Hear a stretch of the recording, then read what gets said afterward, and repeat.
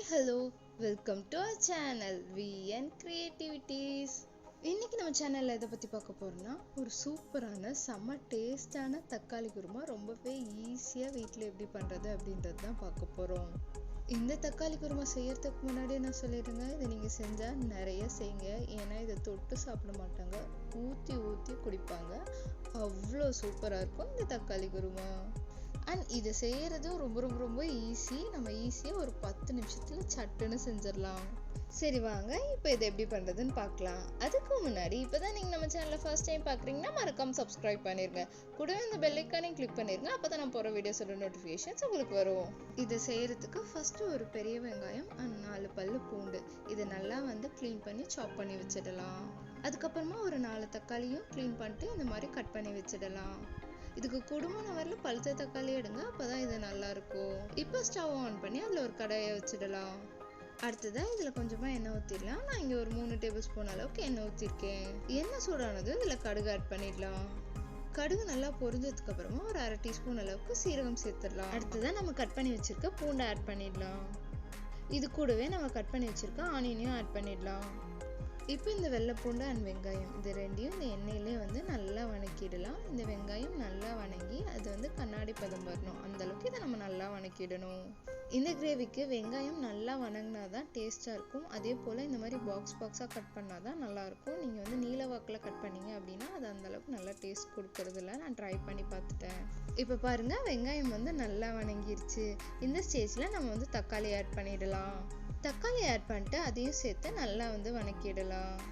இந்த தக்காளி இதுலேயே நல்லா மசிய வேகணும். அதுக்காக தான் இதை நல்லா பழுத்த தக்காளியே எடுக்கிறது. இப்போ இந்த கிரேவிக்கு தேவையான அளவு உப்பு சேர்த்துடலாம். நான் இங்கே 1/2 டீஸ்பூன் அளவுக்கு கல் உப்பு சேர்த்துருக்கேன். உப்பு ஆட் பண்ணிட்டு இதை நல்லா வணக்கிடலாம். நம்ம உப்பு சேர்த்துட்டு தக்காளியை வணக்கும் போது அது இன்னும் கொஞ்சம் சீக்கிரமாகவே வணங்கிடும். அதே போல் தக்காளியில் மேலே அந்த கட்டை இருக்கு இல்லையா, அதை எடுத்துட்டு நீங்கள் வணக்கும் போது தக்காளி சீக்கிரமாக வணங்கிடும். அடுத்ததாக இதில் ஒரு 1/4 டீஸ்பூன் அளவுக்கு மஞ்சள் தூள் ஆட் பண்ணிடலாம். மஞ்சள் தூள் ஆட் பண்ணிட்டு அதையும் சேர்த்து நல்லா வணக்கிடலாம். நீங்கள் இதை வணக்கும் போது நல்லா அந்த தக்காளி மேலே இப்படி குத்தி விட்டு அதை நல்லா மேஷ் பண்ணி நீங்கள் வணக்குங்க. இதுக்கு நல்லா மேஷ் ஆகி வந்தால் தான் கிரேவி நல்லாயிருக்கும். உங்களால் எந்த அளவுக்கு நல்லா குத்தி மேஷ் பண்ண முடியுமோ அந்த அளவுக்கு நல்லா அதை குத்தி விட்டு மேஷ் பண்ணி விட்டுருங்க. இதுக்காக தான் நல்லா பழுத்த தக்காளியே எடுக்கணுங்கிறது. அப்போ தான் இதை மேஷ் பண்ண ஈஸியாக இருக்கும். இப்போ பாருங்கள், இது ஓரளவுக்கு நல்லா மேஷ் ஆகிடுச்சு. இந்த ஸ்டேஜில் ஒரு 1/2 டீஸ்பூன் அளவுக்கு மிளகாய் தூள் ஆட் பண்ணி அதையும் சேர்த்து நல்லா வணக்கிடலாம். இது ஒரு நிமிஷம் நல்லா வணக்கினதுக்கு அப்புறமா இது கூடவே 1 டீஸ்பூன் அளவுக்கு கரம் மசாலா ஆட் பண்ணிடலாம். கரம் மசாலா ஆட் பண்ணிட்டு அதையும் இதோட சேர்த்து நல்லா வணக்கிடலாம். இந்த தக்காளியோட இந்த மசாலாலாம் சேர்ந்து நல்லா வணங்கி சைடில் அப்படியே லைட்டாக எண்ணெய் பிரிஞ்சு வரணும். அந்தளவுக்கு இதை நம்ம நல்லா வணக்கிடணும். இப்போ பாருங்கள், சைட்லலாம் நல்லா எண்ணெய் பிரிஞ்சு வருதா, இதுதான் கரெக்டான ஸ்டேஜ். இந்த ஸ்டேஜில் நம்ம தண்ணி ஆட் பண்ணிடலாம். நான் இங்கே ஒரு 1/4 லிட்டர் அளவுக்கு தண்ணி ஆட் பண்ணியிருக்கேன்.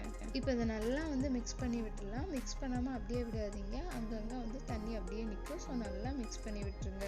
மிக்ஸ் பண்ணிவிட்டு இதை நல்லா கொதிக்க விடணும். கொதிக்க விடும்போது மேலே லைட்டாக கருவேப்பிலை தூவி விட்டுக்கோங்க. அடுத்ததாக இதில் 1 டீஸ்பூன் அளவுக்கு மல்லித்தூள் ஆட் பண்ணிக்கலாம். மல்லித்தூள் ஆட் பண்ணிட்டு இதை நல்லா கொதிக்க விட்டுடலாம். இது நல்லா ஒரு 5 நிமிஷம் தலன்னு கொதிச்சு இதோட பச்சை வாசல்லாம் போகணும். அந்தளவுக்கு இதை நம்ம நல்லா கொதிக்க விட்டுறணும். இப்போ இது மாதிரி கொதிக்கும் போது இதை மூடி போட்டு நல்லா மூடி வச்சிடலாம். அது கொதிச்சிட்டு இருக்க கேப்லேயே சைடில் ஒரு பவுல் எடுத்துக்கலாம். அதில் 1 டீஸ்பூன் அளவுக்கு நான் கார்ன்ஃப்ளவர் எடுத்திருக்கேன். இப்போ இந்த கார்ன்ஃப்ளவரோட 1 கப் அளவுக்கு தண்ணி ஊற்றிடலாம். தண்ணி ஊற்றிட்டு அதை நல்லா மிக்ஸ் பண்ணி விட்டுடலாம். கார்ன்ஃப்ளவர் 1 ஸ்பூனுக்கு மேலே போட வேணாம், ஏன்னா அதை கிரேவியை ரொம்ப திக்காக்கி விட்டுரும். அதனால் 1 ஸ்பூன் போட்டு நல்லா தண்ணியை விட்டு நல்லா கலக்கி விட்டுருங்க. அண்ட் எங்கேயுமே கட்டி இல்லாத மாதிரி நல்லா கலக்கி விட்டுருங்க. இப்போ பாருங்கள், 5 நிமிஷம் ஆயிடுச்சு. நம்ம குழம்பு ஓப்பன் பண்ணி பார்த்துடலாம். பாருங்கள், நல்லா தலன்னு கொதிச்சு சூப்பராக சுண்டி வந்துடுச்சு. இந்த ஸ்டேஜில் நம்ம கரைச்சி வச்சிருக்கோம் இல்லையா கார்ன்ஃப்ளவர், அதை இதில் ஆட் பண்ணிடலாம். நீங்கள் ஆட் பண்ணும்போது ஒரு கலக்கி விட்டு ஆட் பண்ணுங்கள். அப்போ தான் அடியில் ஏதாவது தேங்கி நின்னா அதெல்லாம் வந்துடும். இதை ஊற்றி விட்டுட்டு நல்லா மிக்ஸ் பண்ணி விட்டுருங்க. உடனே கைவிடாமல் மிக்ஸ் பண்ணுங்கள். அப்போ தான் நல்லா மிக்ஸ் ஆகும். அண்ட் இது கூடவே உடனே 1 கப் அளவுக்கு தண்ணி ஆட் பண்ணிடுங்க. உங்களுக்கு எந்த அளவுக்கு கிரேவி தண்ணியாட்டு வேணுமோ அந்த அளவுக்கு நீங்கள் தண்ணி ஊற்றி நல்லா மிக்ஸ் பண்ணி விட்டுருங்க. நீங்கள் இதுக்கு தண்ணி ரொம்ப கம்மியாக ஊற்றுனீங்கன்னா கிரேவி ரொம்ப கெட்டியாக இருக்கிற மாதிரி இருக்கும். ஸோ தண்ணி நல்லா தாராளமாக ஊற்றி அது இந்த மாதிரி நல்லா கொதிக்க வச்சுருங்க. இப்போ இது ஒரு 2லேருந்து 3 நிமிஷம் நல்லா கொதிச்சா போதும். இப்போ பாருங்க, இந்த கிரேவி வந்து ஒரு 3 நிமிஷம் நல்லா கொதிச்சு பச்சை வாசம்லாம் போயிடுச்சு. இந்த ஸ்டேஜ்ல ஒரு கை நிறைய கொத்தமல்லி இலையை வந்து சாப் பண்ணி இது மேலே வந்து தூவி விட்டுடலாம். இப்போ அடுப்பு ஆஃப் பண்ணி குழம்பு மூடி வச்சிடலாம். அவ்வளோதாங்க, நம்ம தக்காளி குருமா வந்து சூப்பராக ரெடி ஆயிடுச்சு. இதை வந்து சர்வ் பண்ணிட வேண்டியதுதான். இது இட்லி, தோசை, சப்பாத்தி, பூரி எல்லா கூடயுமே சூப்பராக இருக்கும். இது சாதத்தோட கூட நல்லா இருக்கும்.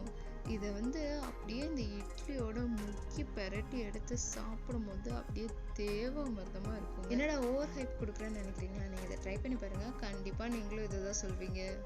அண்ட் இது வந்து செய்யறது ரொம்ப ரொம்ப சுலபம். டக்குன்னு ஒரு 10 நிமிஷத்துல ஈஸியா செஞ்சு முடிச்சுட்டு போயிட்டே இருக்கலாம். ஸோ இதை மறக்காம செஞ்சு பாருங்க. செஞ்சு பார்த்து எப்படி இருந்தது அப்படின்னு எனக்கு கமெண்ட்ல சொல்லுங்க. இந்த வீடியோ பிடிச்சதுன்னா லைக் பண்ணுங்க, ஷேர் பண்ணுங்க, கமெண்ட் பண்ணுங்க. அண்ட் இந்த மாதிரி ரெசிபி உங்களுக்கு தொடர்ந்து வரதுக்கு என்ன சப்ஸ்கிரைப் பண்ணிக்கோங்க. தேங்க்யூ ஃபார் வாட்சிங். Bye bye. நாளைக்கு இன்னொரு வீடியோல பார்க்கலாம்.